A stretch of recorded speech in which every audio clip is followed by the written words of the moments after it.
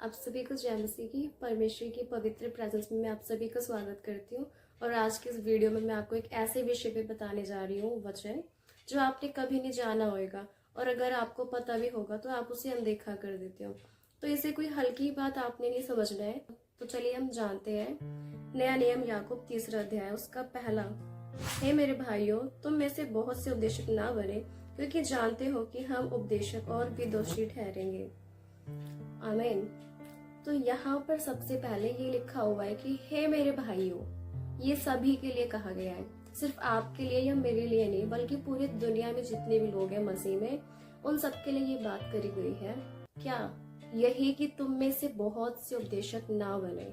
यहाँ पे वचन के दौरान हमें पता चलता है कि परमेश्वर ने इस चीज को कहा है कि सभी उपदेशक नहीं बन सकते। उपदेशक कौन होते हैं? सबसे पहले हमें ये जानना चाहिए। उपदेशक वो होते हैं जो वचन को बताते हैं, समझाते हैं, सिखाते हैं, जैसे मैं अभी आपको बता रही हूँ। तो इसे उपदेशक कहा जाता है। उपदेशक उपदेश देने वाले होते हैं। आप सही रीति से समझेंगे नहीं कि बाइबल में क्या लिखा है तो आपसे गलतियां हो सकती है। तो इसलिए आपको वचन का ज्ञान होना जरूरी है। तो आपको समझना चाहिए कि परमेश्वर ने यहाँ पे क्यों कहा है। क्योंकि काफी लोगों को आपने देखा होगा कि इंस्टाग्राम पे नहीं बल्कि यूट्यूब और फेसबुक पे भी कई ऐसे सोशल मीडिया प्लेटफॉर्म है जिसमें वो अपनी इच्छा से अपने मन की बातों को प्रकट करते हैं, जो कि बिल्कुल गलत है। अगर आप किसी बात को लोगों को पहुंचाना चाह रहे हैं किसी भी विषय में, तो वो सब कुछ वचन से होना चाहिए।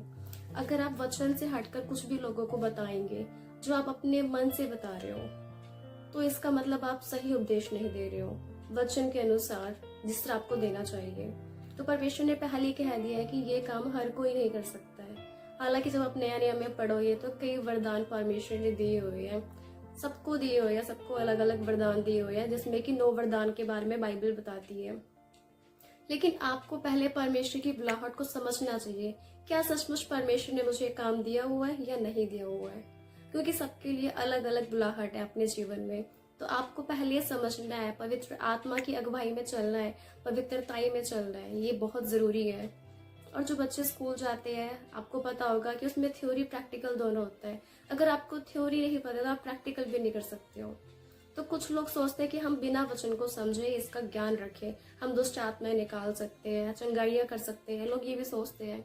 लेकिन ऐसा नहीं करना। कुछ लोग ये सब काम सिर्फ उपदेश देने का करते हैं, सिर्फ वचन बताते हैं, लेकिन जो काम होना चाहिए, जो प्रैक्टिकली लोगों के लिए चंगाई होना चाहिए, वो सब कुछ नहीं करते। लेकिन परमेश्वर ने तो दोनों तरह का काम करने के लिए बोला है। तो सबको अलग अलग काम दिया गया है। हम सब मसीह में एक दूसरे के अंग हैं। हमें बस मसीह में अपनी बुलाहट को समझना है कि मसीह ने आपको किस चीज के लिए बुलाया है, किस काम को करने के लिए आपको दिया हुआ है। क्योंकि परमेश्वर आपके काम को अंदर करने के लिए जानते हैं। तो परमेश्वर आप किस योग्य है, परमेश्वर आपकी योग्यता के अनुसार देते हैं। आपकी इच्छा के अनुसार आपको नहीं मिलेगा। अगर आप चाहते हो कि मुझे ये वरदान मिल जाए दुष्ट आत्मा निकालने का, चंगाई करने का, तो ऐसा आपकी इच्छा अनुसार नहीं होगा। जो परमेश्वर की इच्छा अनुसार है, जिसके लिए आप योग्य हो, परमेश्वर वो ही आपको देंगे। जो आपने प्रार्थना करके ये बोले कि परमेश्वर जो आपकी इच्छा है, आपके जीवन में परमेश्वर की इच्छा पूरी हो। तो इससे हमें ये पता चलता है कि जैसा कि मैंने आप लोगों को बताया, social media platform, YouTube, Instagram, इन सब जगह पर आपने देखा होगा कई लोग हैं आज परमेश्वर की बुलाहट नहीं है तब भी वो वचन का प्रचार करते हैं, जो कि गलत है। अगर आपको पता है कि इस काम के लिए परमेश्वर ने आपको नहीं चुना है और आप सिर्फ अपना थोड़ा 1-2 लाइन समझ लिया और सिर्फ वही बताओगे और अपनी मर्जी से अटैच करके बताओगे उन लाइन्स में, तो वो बिल्कुल गलत है। जब तक आपको बाइबल का ज्ञान नहीं होगा, जब तक आपको सटीक ज्ञान नहीं है, आप सटीक बातें नहीं बता सकते बाइबल में से, तब तक आप उपदेश नहीं दे सकते। आप परमेश्वर से बुद्धि मांगे, ज्ञान मांगे, समझ मांगे, क्योंकि हमें पुराने नियम और नए नियम का ज्ञान होना बहुत जरूरी है। अगर नहीं होगा तो परमेश्वर को पता है आप गलत रास्ते पे भटक जाओगे, गलत रास्ते पे चले जाओगे। बाइबल का ज्ञान ना होने की वजह से आप दूसरों को भी भटका दोगे। अगर मैं आपको एग्जाम्पल से बताऊं, एक टीचर है, एक शिक्षक है, अगर उसने बीएड की है, उसने पूरी पढ़ाई करी है, तो उसको जितनी नॉलेज है वो उस हिसाब से बच्चों को सिखाएगी। अगर वो टीचर गलती करती है तो वो सारे बच्चे ही गलती करेंगे, वो बच्चे फिर फेल हो जाएंगे। इसी तरह से अगर आप किसी कलीसिया में जा रहे हैं, किसी चर्च में जा रहे हैं, अगर वहां पे सही शिक्षा नहीं दी जा रही, तो ऐसे में जितने भी लोग शिक्षा ले रहे हैं वो सारे के सारे भटक जाएंगे। ऐसे में हम भरमाए ना जाए, आप भरमाए ना जाए। ऐसे में जो सिर्फ प्रचार चला रहे हैं हम सिर्फ वही सुनेंगे, तो जो रियलिटी में बाइबल में लिखा है उसको नहीं मान पाएंगे। हमें ऐसा लगता है कि हमारा रास्ता सीधा है, वो हमारा रास्ता कब टेढ़ा कर देगा शैतान कुछ नहीं पता लगेगा, ना आपको किसी को नहीं पता लगेगा। इसलिए बाइबल बताती है चौकस रहो, तो आपको चौकस रहना है। परमेश्वर ने आपको किस लिए चुना है? क्योंकि लिखा हुआ है, हम उपदेश जानते हो हम उपदेशक और भी दोषी ठहरेंगे। परमेश्वर क्यों कहता है कि वो ज्यादा दोषी ठहरेंगे? क्योंकि परमेश्वर कहता है अगर वो गलती करते हैं तो उनकी द्वारा पूरी कलीसिया नष्ट हो जाएगी, उनकी द्वारा पूरी कलीसिया गलत रास्ते पे चले जाएगी और नष्ट हो जाएगी। उनके आंखें होते हुए भी वो सच्चाई को नहीं जान पाएंगी, नहीं समझ पाएंगी। और इसलिए आपको इस पे ध्यान देना है। अगर आप जो वचन बताने वाले हैं, जो उपदेशक लोग हैं, परमेश्वर उन्हें क्यों बोल रहा है वो ज्यादा दोषी ठहरेंगे?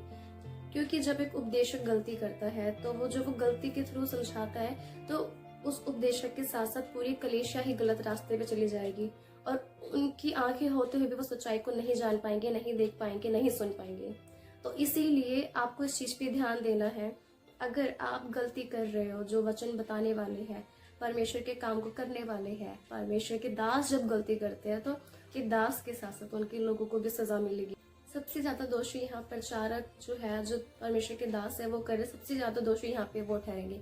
इसलिए आपको ध्यान रखना है, अगर परमेश्वर ने आपको कोई वरदान दिया है, कोई काम दिया है, तो आपने उस काम को सच्चाई और ईमानदारी से करना है, सामर्थ्य से भरकर पवित्र आत्मा से होके करना है, अपने मन से नहीं करना है। परमेश्वर जब तक आपको उस काम की अगुवाई ना करे, आप उसके लिए आगे ना जाए।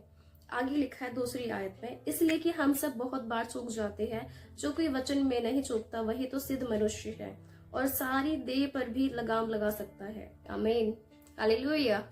हम सब बहुत बार चूक जाते हैं, हम सबसे गलतियां होती है, लेकिन जो गलती नहीं करता, जो वचन में नहीं चूकता, वही सिद्ध मनुष्य होता है।